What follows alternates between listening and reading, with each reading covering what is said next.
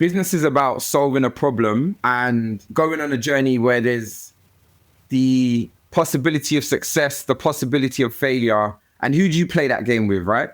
And I believe that is going to make all the difference. Now, depending on what stage you're in your business, if it's getting started, it's obviously going to require a lot more momentum. And you ask that question, does it make sense to keep that ambition going at all costs? And I think that is the key thing. At what cost, right? Is it the cost of your employees' mental health? Is it the cost of your family? Because you might be saying, oh, I'm working this hard to provide these things, but was it worth it at all? And I really feel like it depends, and one needs to be cognizant of what they're sacrificing in the process, because for me, value is what you give to other people, not what you implicitly are. It's what you do for other people. It's what you give to other people.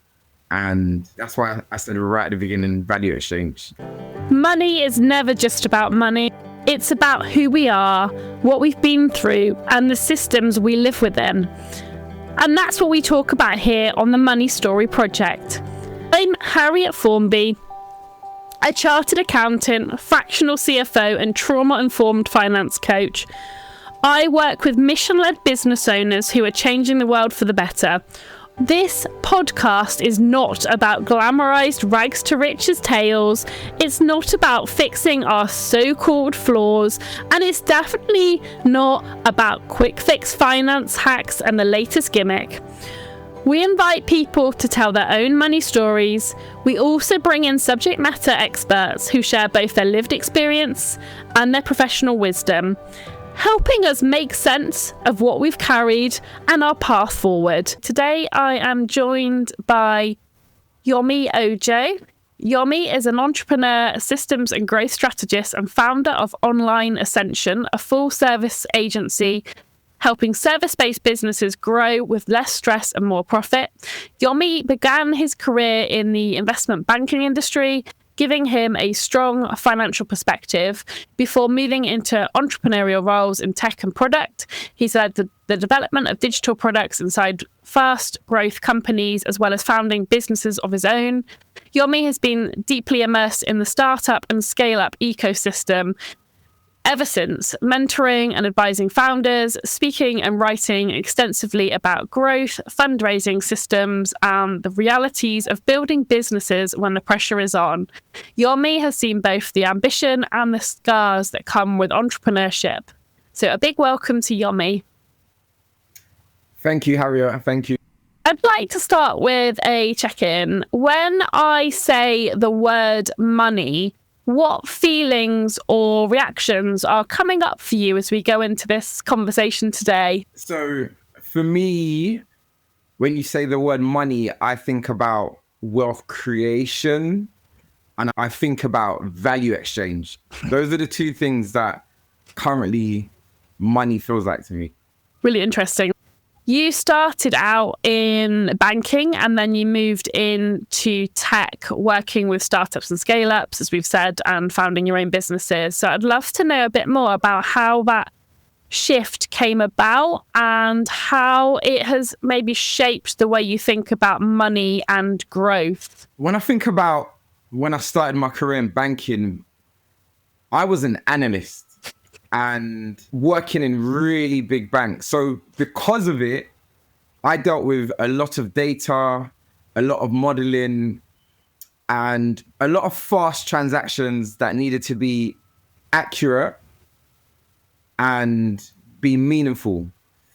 In terms of my journey towards growing scale-ups and startups, I actually did a degree in financial computing. So it was almost inevitable, apart from the fact that at the time, The Social Network, Mark Zuckerberg's movie, was becoming popularized, and there was this bubbling tech scene in and around the Silicon Milk roundabout and expanding everywhere you could see. So for me, I was feeding my curiosity, and that journey led me onto one that I'm so glad that I fell upon and never looked back from, which was being part of the orchestration of guiding a team to build great products, to get them to scale, to create distribution, and to create value for a lot of people, and tackle a lot of the nuances in regards to where products are perceived at different stages of the market, in a market that give us and take us. So yeah, I feel like it was a curious journey that I had to go on, that I'm really excited that I went on to, and came with a lot of lessons. So I'm sure we can dig into some of that today. Yeah, really interesting. And you mentioned about like the social network and that bubble of sort of Silicon Valley being a thing. What was it specifically about like entrepreneurship and what was going on there that excited you or that got you thinking that way?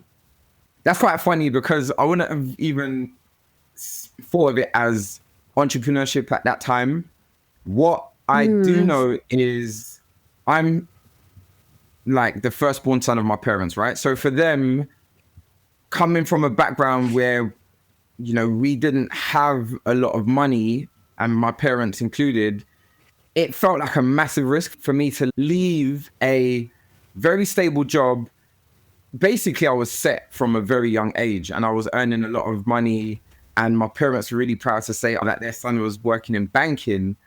For me, I found that I hyper-focused really well, and also after a while, I start to look for new patterns. So I felt like at that time, I wasn't using enough of my technological skills, which felt a bit disparate from the fact that in banking at that time, we had all the resources in the world.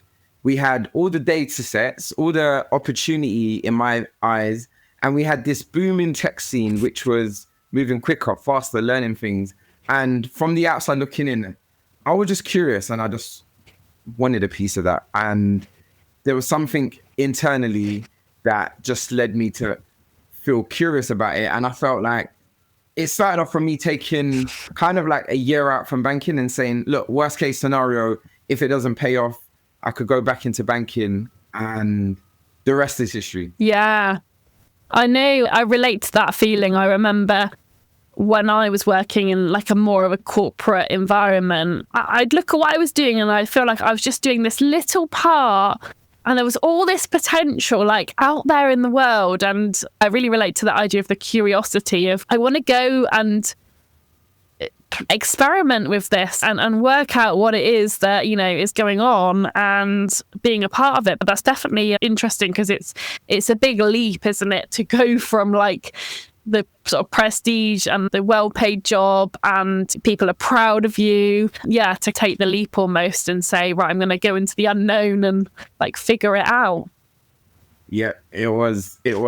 I know you've seen a lot of stories play out for like other founders because you've been so immersed in this space. I'd love to ask you a few questions about what that looks like. So sure. Many founders, and some of us probably, you know, we've done this ourselves. We set big headline goals. It's like, let's reach 1 million turnover, you know, all of these kind of glossy, nice targets. And then when you get there, it doesn't always feel like success sometimes. It brings new challenges or it doesn't necessarily deliver the fulfillment you've imagined. So from what you've seen, why does the gap exist between the goals that people set for themselves, the financial goals, and what they actually want? And do you think the same is true with fundraising, that sometimes getting the capital, like the raising the millions, is celebrated as a success, but it brings maybe as many pressures as it solves? Do you know what? I can talk so much about this. I feel like that's such a great question. I will never forget when a friend of mine I went to school with actually said that he got into Selfridges. So his business got into Selfridges. And then the day after he hit such a low point. And that was because for him, he'd only set a goal as far as reaching the big megastore. He didn't actually know what his identity was afterwards. And as I've gotten more experience in life, I find that this is actually a common thing. Now, with founders, what is really interesting is I remember a female founder saying that she wanted to hit this next revenue goal. So she was making 20K a month. And for her, when we started working with her, she mentioned wanting to get her first 30K month, right? And what was funny is when we got started onboarding and engaging with her, what she didn't say but became very apparent was the fact that she wanted to be accepted socially in certain circles. So it didn't matter about the fact that she was making good money and better than some of the biggest influencers in the space. What mattered to her was the fact that people weren't speaking about her business, her brand, and giving it as much reverence as some of the other names. And I find that fascinating. I think FOMO is one of the most powerful human behaviors, and it's used a lot in marketing and sales. And having acceptance, or what some would call being accepted, or having clout, is another word that I hear people use, is actually a big, powerful motivator for a lot of business owners, but they won't admit it.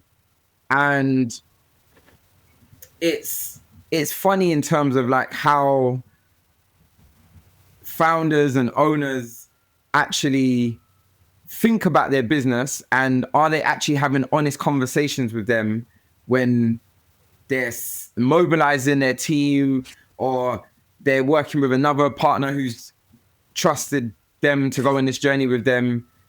That is something that I found very eye-opening as I went into this journey more and more. That's a really great example you've got there. It's almost like, in theory, we think, we should probably set targets that make sense for the business. But sometimes we end up setting targets because they're what we want to be able to, like, I don't know if this is the right word, but like to brag about. And then you kind of get to the next level then. So like in that example, if you make the 30K a month, then like people are going to perceive you in a different way.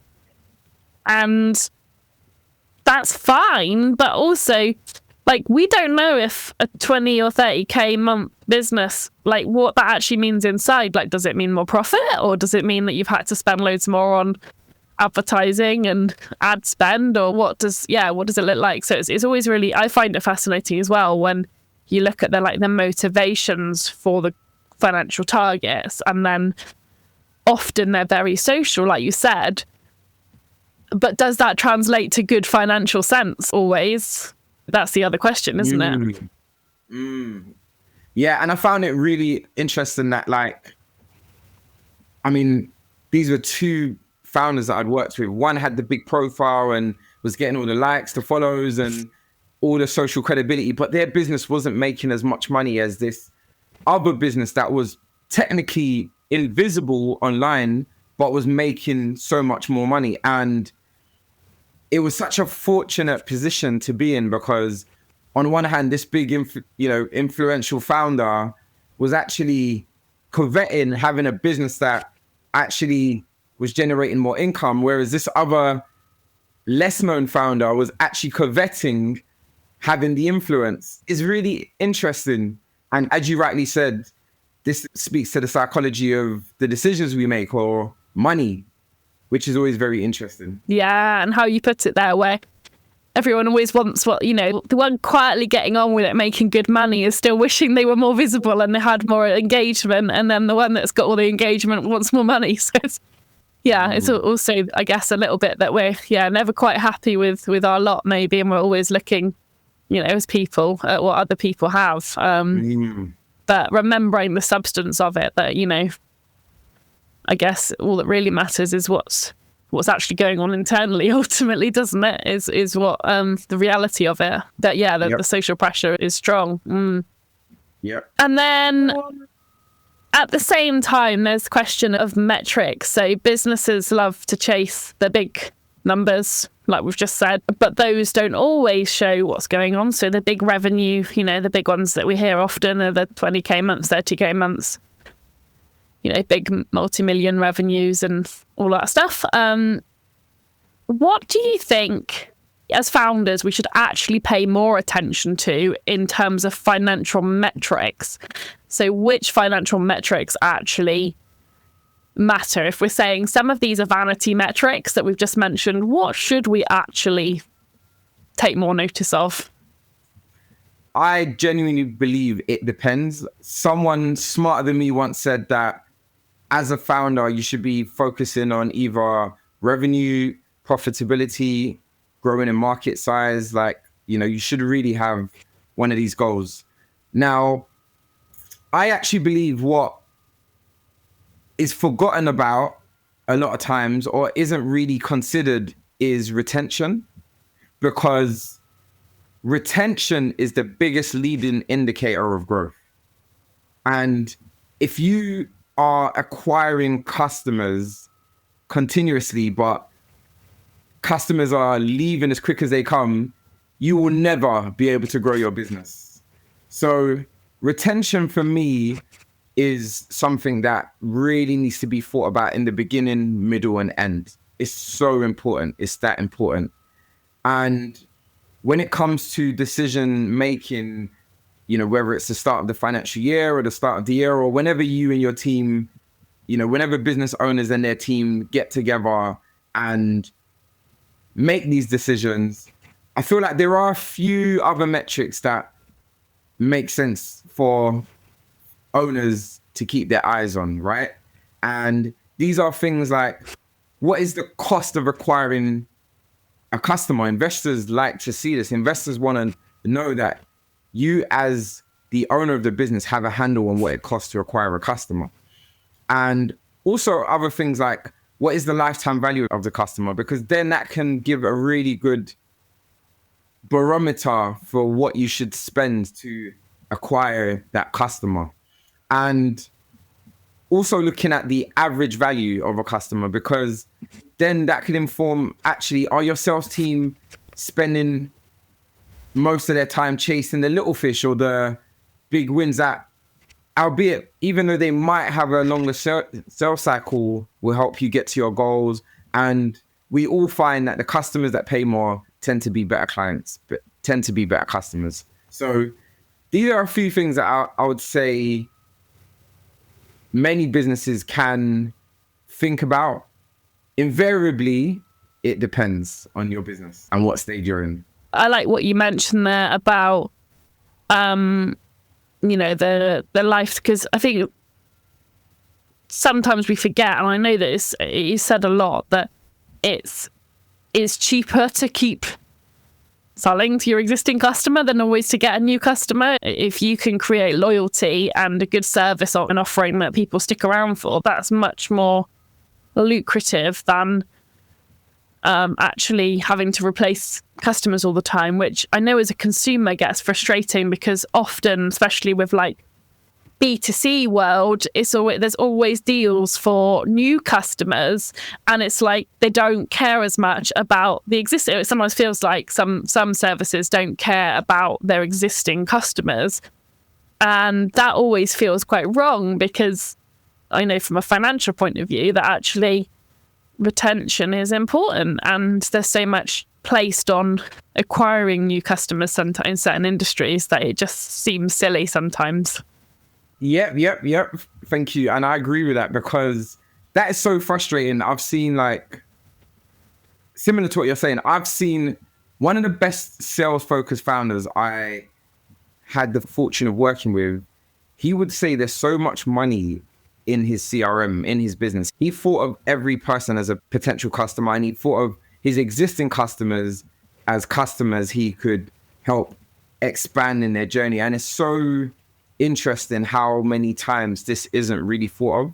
And a lot of I would say like the basic mistakes we can make is to think about acquisition and acquiring new customers, but forgetting that a lot of that time you're having to get past the trust that you need to build in the beginning. Whereas your existing customers, as long as you delight them, as long as you stay front of mind, and as long as you balance that ratio of delivering more value once they've become your customer before you ask for the next ask,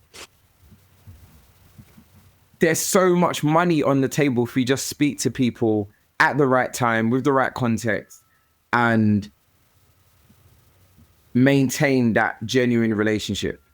So I couldn't agree more with what you said. Yeah, and I guess the reason that it happens maybe is it always seems more exciting to maybe put out an offer for grabbing, the next handful of new customers than it does to kind of do the hard work of like maybe checking that your existing customers are happy and like maybe taking their feedback on board and, keeping in touch with them. But I guess it doesn't have to be if you've got the right systems in place. It doesn't have to be difficult. Yeah, absolutely. So we've talked a bit about that, there's this temptation in business to always be pushing harder, to want more, to look over your shoulder at what other people are doing. And it's, I guess, in the extent that you could say it's human nature to be competitive, but is it healthy in the sort of business ecosystem? Don't know. So do you think it's healthy to lean into that ambition for founders? And maybe is there a balance then between ambition, chasing kind of growth capital, and trying to be sustainable in the mix as well? Yeah, the way I think about it is, what game are you playing? Now, I genuinely love this principle from Naval Ravikant. And Naval Ravikant, he is the owner of AngelList, and they invested in a lot of startup founders. And he spoke about this principle of playing long games with long people.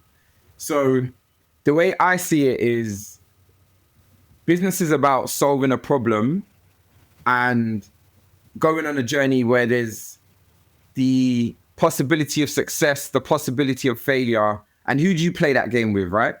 And I believe that is going to make all the difference. Now, depending on what stage you're in your business, if it's getting started, it's obviously going to require a lot more momentum.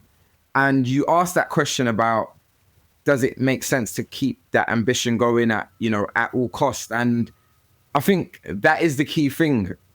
At what cost, right? Is it the cost of your employees' mental health?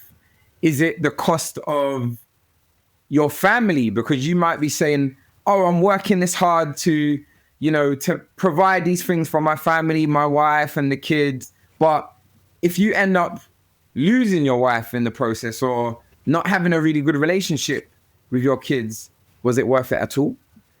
And I really feel like it depends. And one needs to be cognizant of what they're sacrificing in the process. And another thing when we're talking about cost is opportunity costs. Like what could you be doing instead that the world or the market wants from you? And just being able to make that decision. And ultimately no one can decide but you. But I know a lot of the best business owners that I've been speaking with and I've learned from have really good advisors. They have people upstairs, people that are not stuck in the business. And I guess that's why we have governance, right? In this aspect, people that can see things that you're not necessarily seeing when you're stuck in the ebbs and flows of your business. Yeah. So I really love that reminder that, yeah, you can be busy, but is it necessarily worth it? What's the cost to you personally, your family, the people around you and all that? And the point you made there about, having almost like advisors around you. So could you tell me a little bit more about that? Like what examples have you seen where people have had like good structures around that, where they're kind of, hearing some good perspectives and voices. I love that question. And one other cost I forgot to mention is your health, but I'm sure everyone, we think about that as well. So in regards to advisors, I must say there's a friend of mine, Claudine, and I'll never forget this. And when she was early in her journey, she created her own personal board of advisors. Now, I'm sure we all know if you ask someone to be your mentor, they're going to freak out because it's like, I don't even know what the expectations are. And I feel like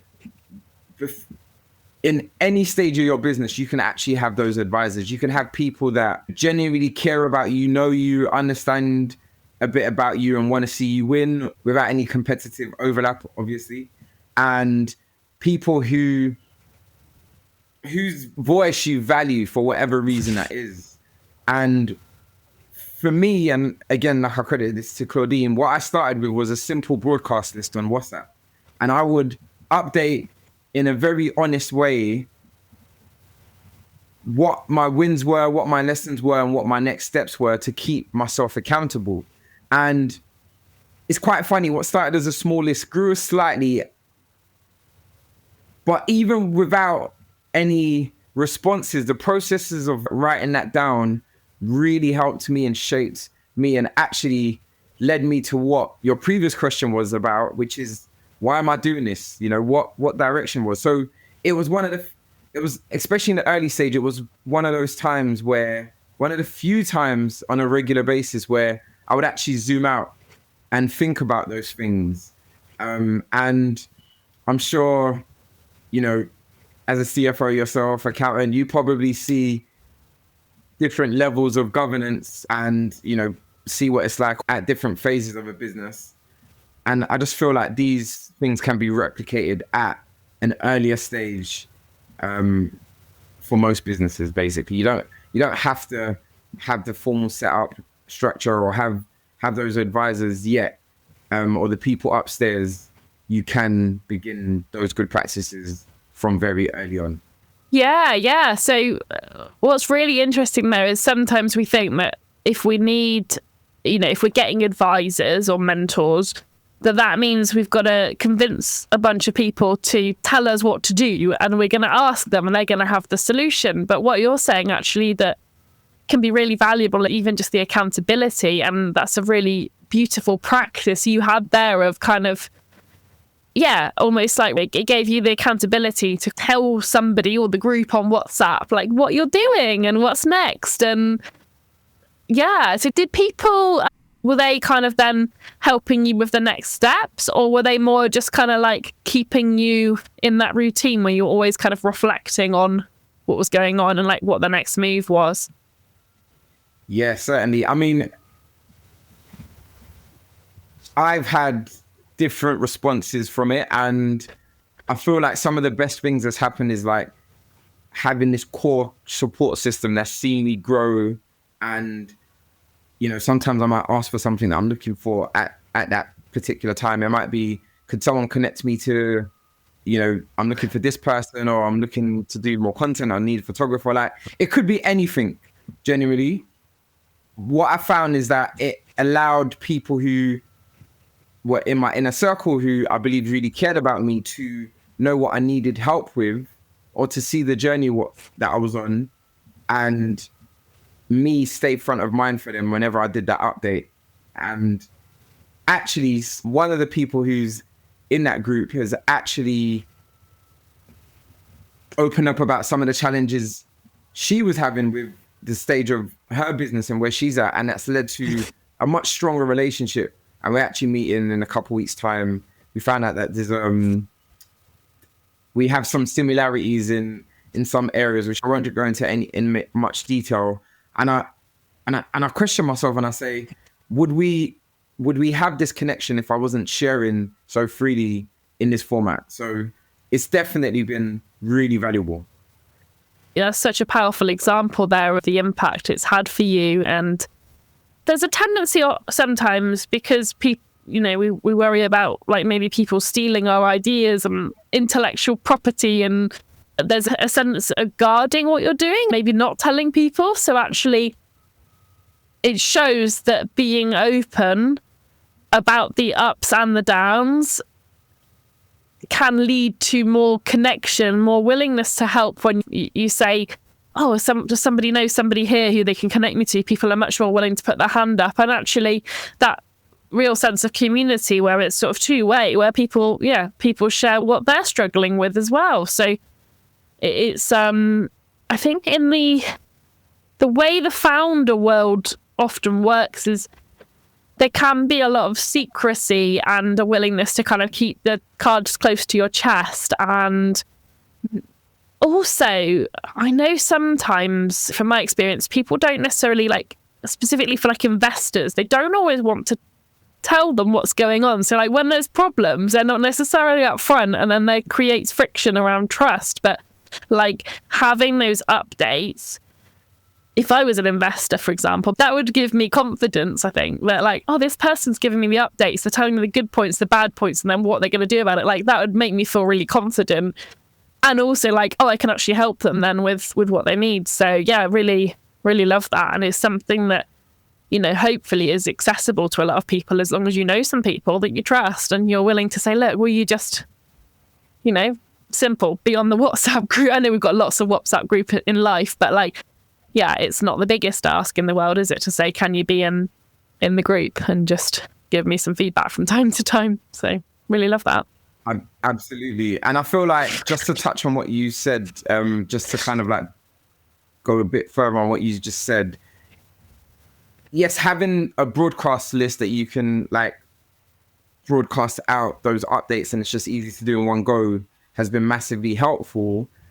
On top of that, I feel like in a post-COVID era, it just feels like you said, that connection's missing. And yeah, I find that being vulnerable and with the right people, and even in content, a lot of people that create content say that when they have done their most vulnerable content, or they've been willing to to be embarrassed a little bit, or because at the end of the day, that is the real cost, a little bit of dignity, you find that people lean in so much more, and that seems to work for some reason. I don't know why, it just seems to work. So yeah,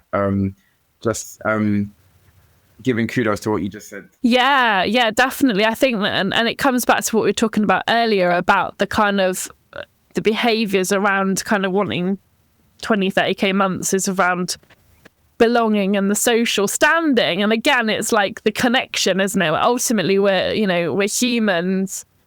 Even when we've got our hat on as like founder, entrepreneur, business leader, whatever, we are still trying to just manage like relationships. And there's definitely that thing of like when people are sharing something vulnerable, or it's like they're telling a story, we listen a lot closer than if they're saying like 10 reasons you should buy from me or something, and like we glaze over. Like when they're telling something personal, like we all just stop and listen, and it's a great way of getting people's attention and bringing people in on that journey. So yeah. Yep. I wanted to ask you a bit about, I know you've got a lot of experience in sales, and something that I've been puzzling over myself and is the idea that people don't all make decisions in the same way. So when we've got like a sales journey or an approach, like to generalize, some buyers maybe want to be sold to directly and quickly. They want to know what it is, the price, make their decision, move on, buy the thing, get on with it quickly. Other times, people's personalities are like more suited to needing time and comparisons, and they want like multiple check-ins with the salespeople and reassurance.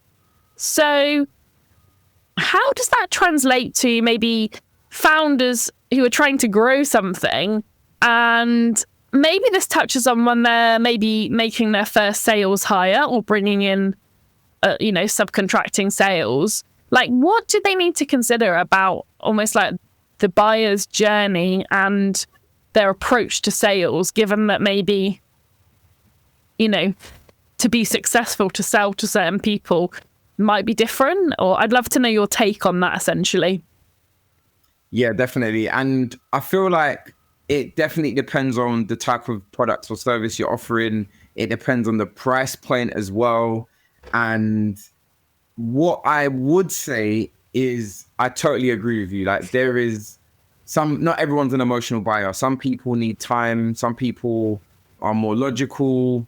And one of the best sales people that I worked with as well, he had a framework where very early on, as he's getting to know people, he'd be feeling out and understanding like what their decision-making framework was.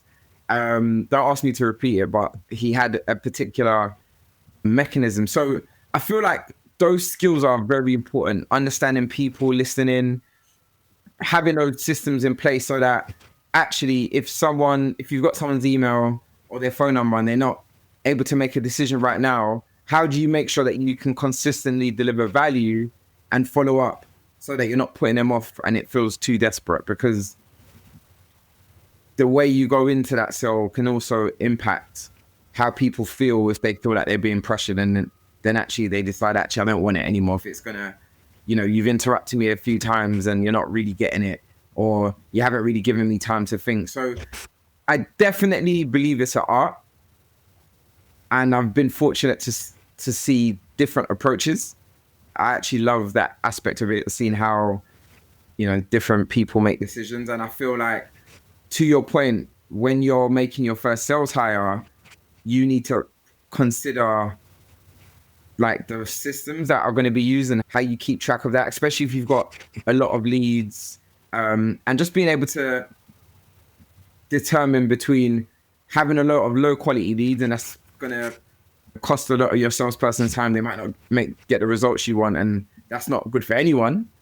And being able to spot someone that's hot and close and make the sale when they're ready, and not oversell when the person's ready to buy. So being able to like look out for those buying signals and make the right decisions. Yeah, that's really, really interesting. And I guess it, like you said, it does depend on how high ticket the thing is you're selling, because if it's a low cost thing, I guess you don't want to spend too much time on it. But if it's a high ticket thing that's going to represent a lot of like recurring revenue for your business, then it's probably worth slowing down if somebody wants to slow down, or varying from your script or whatever to factor that in, because it is like a psychology, isn't it? Selling, I suppose it's a psychology side as well, in terms of people's like behavior and responses around it, and tailoring like your messaging to that. Absolutely. And I'm really pleased you mentioned systems there, because I'd love to ask you some more about this. So it's common to hear like founders maybe not wanting to get into the systems side of things. And I know certainly from a financial systems perspective, it's often the thing that like once maybe you've got investment, it's like, okay, we now need a proper system.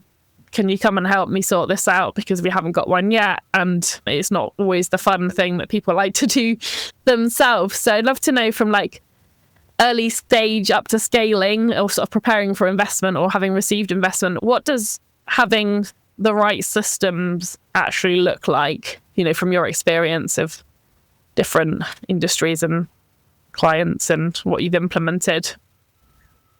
I personally love it. And for me, I find that the right system is the one that gives you the truth about where your business is in a very centralized way, a way that's easily accessible, but also gives the leadership oversight of the bits that they need to. And it takes time. It takes time to get a really good setup. So one of the benefits about what I've been able to do is work with people and businesses where they are and what stage they are, and do it in a way that adds value for the team and leadership. And the powerful thing is, if you're a business that's looking to go on to get external funding or, prepare for an exit, there are things that will make your life so much easier for investors if you have those numbers ready, if you're able to get it, and if you can come across very confident when you're questioned on it. I mean, we've all seen The Apprentice, right? Or Dragon's Den, and probably more Dragon's Den. And not knowing your numbers, when the dragons feel that out, it's almost like attack. So you can win half that battle just by being prepared, just by getting an eye on your numbers. And it doesn't need to be overnight. It could be a decision you can make right now to say, actually, we want to be on top of our numbers. We want to make sure that we are smarter about our buyer intelligence. We want to make sure that we have an understanding of how much it's costing to acquire these leads, or the quality of these leads, or the different segmentations of these leads, or the different costs. How much richer the conversation is going to be with your sales people or external funding, or the people that you're trying to help understand how your business is performing if you have those numbers. And it's amazing how many businesses don't have this set up. I was shocked. I was genuinely shocked, Harriet, when I saw certain businesses that had been running for years at a certain stage in size, and they didn't have these things in place. And it just shows the value of the work that's being done, and the work that we've been able to do for different clients. So, and I'm sure you'd appreciate it as well, from the way you think about numbers, just to see things in a particular way, or just to see that someone has a handle on their numbers. I'm sure you could throw a couple curveball questions if you wanted to really suss people out in terms of their numbers. But I love it. And I feel like that brings back full circle my initial experience in banking and what I've been doing with sales systems and growth systems, and the financial computing degree. Hopefully you can start to see how this all pieces together and how it can really shape the trajectory a business can go on when you have a really good understanding of the lifeblood of your business and the indicators that tell you if you're on track and what journey you're going on. Yeah. So I totally relate to this, because there's times where I've been kind of almost frustrated, because it's like, if we only knew these things right now, we could make, sometimes you can't actually make a decision or even have a judgment on something without, the data to back up. You think you know what's going on, but actually, unless you've got the metrics that tell you what's going on, it's really difficult to act on it. And so having like real-time information that's collecting more than just like your sales figures, your margins and like your metrics and things as well, you can actually monitor it and then you can influence it. And then like sometimes you find things that have gone wrong like 6 months ago, but you didn't realize because you didn't have the setup to have the data coming through in a way that, makes sense. And I really love that you mentioned about, this is where experience in like big institutions like banks that are very tech, they're very systems driven, is really helpful. So because you're able to sort of go, well, this is like, obviously not everything in banking is probably brilliantly techie and applicable to small businesses, but a lot of the systems and the controls and what's measured and like the routines of it, where it's kind of like, this is the system we're using, there's a cycle and this is how we do it and we've got a method and it's documented and it's scalable, like that is so important. And it's only if you've seen it done properly that you can really actually advise on it and implement it, because otherwise you're just kind of guessing what good looks like. But if you've seen what good looks like in a big system, which a lot of smaller businesses are aspiring to be, if they're kind of growing, they're aspiring to scale, you need really good systems like banks have to make it happen. That's it. Yep. Yeah. And just like a more reflective question, I guess, to kind of round us off is, if money were a person, what would you like to say to them? Ooh, good question. I would say to money, thank you for the journey you've taken me on. And truly helping me to realize and understand what value means. Because for me, value is what you give to other people, not what you implicitly are or feeling valuable. It's what you do for other people. It's what you give to other people. And that's why I said right at the beginning, value exchange. Yes. Really lovely. Yeah. So we can get so carried away with what value means, but bringing it back to something that feels, tangible and mission driven almost, in terms of like, well, what can I do to help other people? Is, really lovely. Well, thank you so much, Yommy. You've said so many interesting kind of insights and tips and ideas, and really got me thinking.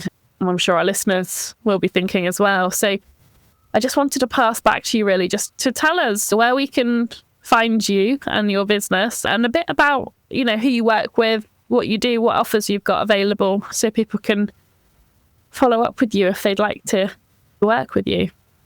Yeah, sure.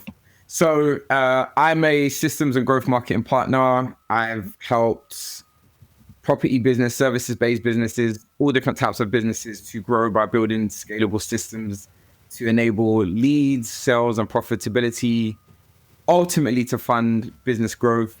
I'm very easy to find on LinkedIn with Yommy. So Yankee, Oscar, Mike, Yankee is Yommy, and then the surname is Ojo. So Oscar, Juliet, Oscar. And anyone who comes from this podcast, I'm doing a special offer to audit your sales funnel completely free of charge. So all you need to do is mention that you came from this podcast via email or a LinkedIn DM, and I will give you a free funnel audit, and together we can run your numbers and spit out your profit potential. And I can guarantee it will be visualized for you in a way, because we've worked in these processes so many times and we've always delighted our customers with it further than you can imagine.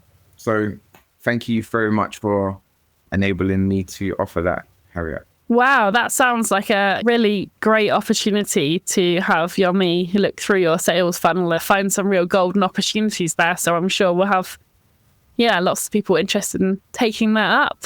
Brilliant. Well, thank you. Thank you so much, Yommy. It's been a real pleasure to speak with you. And likewise. Thank you. You've been listening to the Money Story Project podcast with me, Harriet Formby. If you've enjoyed the episode, please follow the show, share it with someone who might want to have a listen, and if you can, leave a review. In the show notes, you'll find links to connect with our guests and to learn more about the project itself. And if you feel called to share your own money story, you'll find details there on how to be part of a future episode. Until next time, take care and have a great day.